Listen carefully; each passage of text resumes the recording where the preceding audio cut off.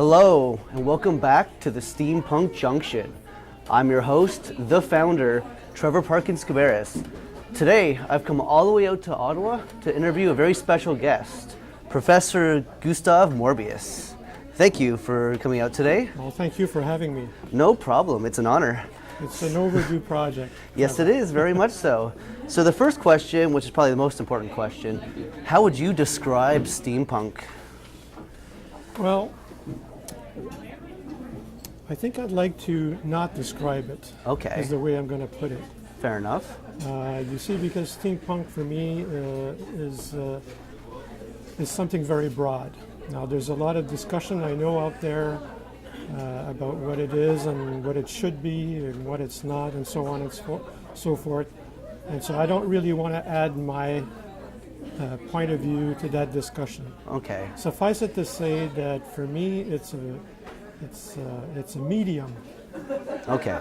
Okay, so it's a form of expression which as an artist I'm investigating, I'm playing with it, but it remains a medium, and so that's very broad.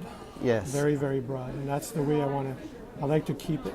And I would encourage people to do that, because what I would rather promote, it might sound strange to say, is creativity. Yeah. In general. So steampunk is a very good way, I think, to do that. Fair enough. So as a professor, what is your area of expertise exactly? As a professor, well, my character is a Patametaphysics. Yes. Yes. So what is that? What is Patametaphysics? Yeah. Well, that's another big question.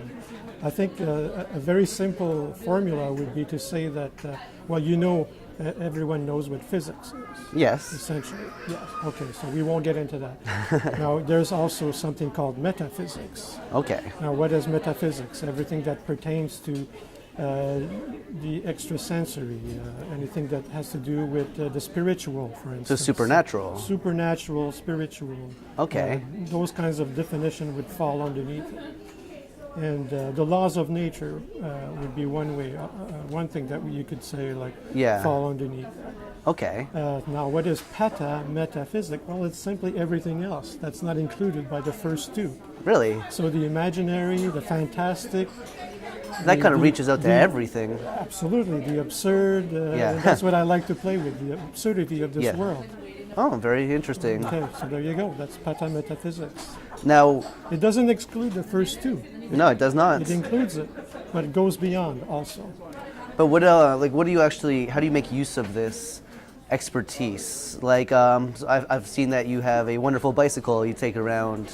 So my bicycle is essentially, or my tricycle, I should say, is essentially a device which I call it the karmatic. What does it do? Well, it purifies your karma. As I ride by, it emits these waves which purify people's karma. Gives you a clean slate, a fresh start on life, essentially. A very positive thing. Yeah. And when did you build it? I built it last spring. It took me approximately 4 months. Oh, okay. To build and to gather up the material. Most of it is repurposing, so recuperation of bits and parts from various objects, and that are reassembled into a trike. So it's based on a tricycle frame, and then the machine is built on top. Now, so you're saying using like different parts to build it. Isn't that kind of how like steampunk art kind of works in a lot of ways? Absolutely. That's what I do. My background is visual arts. I'm a trained artist. I was a sculptor before I did this, and then I discovered steampunk, and I thought this is for me. When did you discover it? I think it was back in 2008. I first stumbled upon steampunk. I was just surfing the web, and I saw people were into customizing a lot of objects at that point. And I thought, that's really, I like the aesthetics. That's interesting. Yeah. Because what I did before was very abstract contemporary sculptures. Oh, okay. That did look like machines and devices. Yeah. But I left it sort of open to the public to figure out what they were. So they looked like machines, but I didn't specify at the time what they were for. It was left to people's imagination. Now, when I create an object, I also develop the mythology. Not the mythology, but the mythology behind the object. It's story, right? It's story. What does it do? What's it for? How does it work? So on and so forth. So it's an added layer of creativity, which I'm having a lot of fun with. Huh. And I hope other people are. Oh yeah, that's very cool. That's a great way of putting it. So it seems like this is all very recently for you. I think you said 2008, right? That you first took an interest? Well, I never thought I'd get into character and into costume and so on and so forth. At first, when I started off, because as a maker, as a sculptor, I thought I'd be making these props, these things, and I would stop there and maybe put them up in a show somewhere in a gallery. But then I discovered that getting into costume is kind of interesting, kind of fun. It is. It's kind of a thrill. It's yes, and it's another layer of creativity. Yeah. So the first thing I knew, within a year of having started to make objects, I joined the first local SteamPunk event, rigged up some kind of costume together, and they just took off from there. And it's kind of snowballing because once you have a character, well, what's to stop you from developing a second one and a third one? Yeah, or just a backstory. And a backstory. And so eventually I came to got the idea of starting a SteamPunk character development page on Facebook, because there's an awful lot of activity on Facebook. Oh, yes. It's don't want to do too much promotion for Facebook, but they have a way. It has a way of bringing people around the world together. Yes, it does. And so it's an opportunity, and this page in particular gives people a chance to be in character online and interact with other characters. So I think it was a first for Facebook to have a character development page. Well, see, it's interesting that you say like how quickly you kind of got into it, because I myself, 2 years ago, I had no idea what steampunk was, so I couldn't be interested in something I'd never heard of.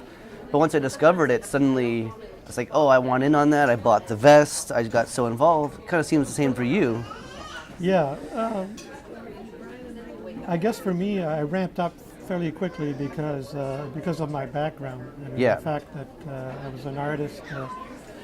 It sort of broke the ice, if you like, in a certain way, very easily. And I just poured all my energy, creative energy, into it, and so it took off really quickly. Interesting. Now, is this little goggle piece on your hat? Did you make that? Yeah, I did. What did you make it out of? These are basically cups from the candlestick holders that capture the melting wax as it comes down. Yeah. So I happened to find two that were similar, or They're like identical. Identical. Yeah. And so I removed the cups and cut them, sanded them, polished them, put on a strap, and as you can see, there's no lenses. No. Yeah. But they're just decorative, and they're actually solid brass. It looks very good. Oh, I particularly like the Lego guy holding the two. Yeah, all my hats have my goggles have Lego guys now. They're different kinds. This is like my mini-me. Your mini-me. I know, you kind of tell, yeah. Yeah, it's fun to make references to popular culture in general. If Yes. you can, why not? Play with it, have fun. Oh yeah, and hey, I'm a big fan of Lego, as I'm sure you know, so I approve. My favorite toy as a kid. Lego. Still is in a way. Oh yeah, mine too. All right, well that sounds all very good. Thank you very much for doing this. Thank you, Trevor. Pleasure to meet you. Yeah, pleasure to meet you as well. And for those at home, don't forget to bring old-fashioned back into fashion. Thank you.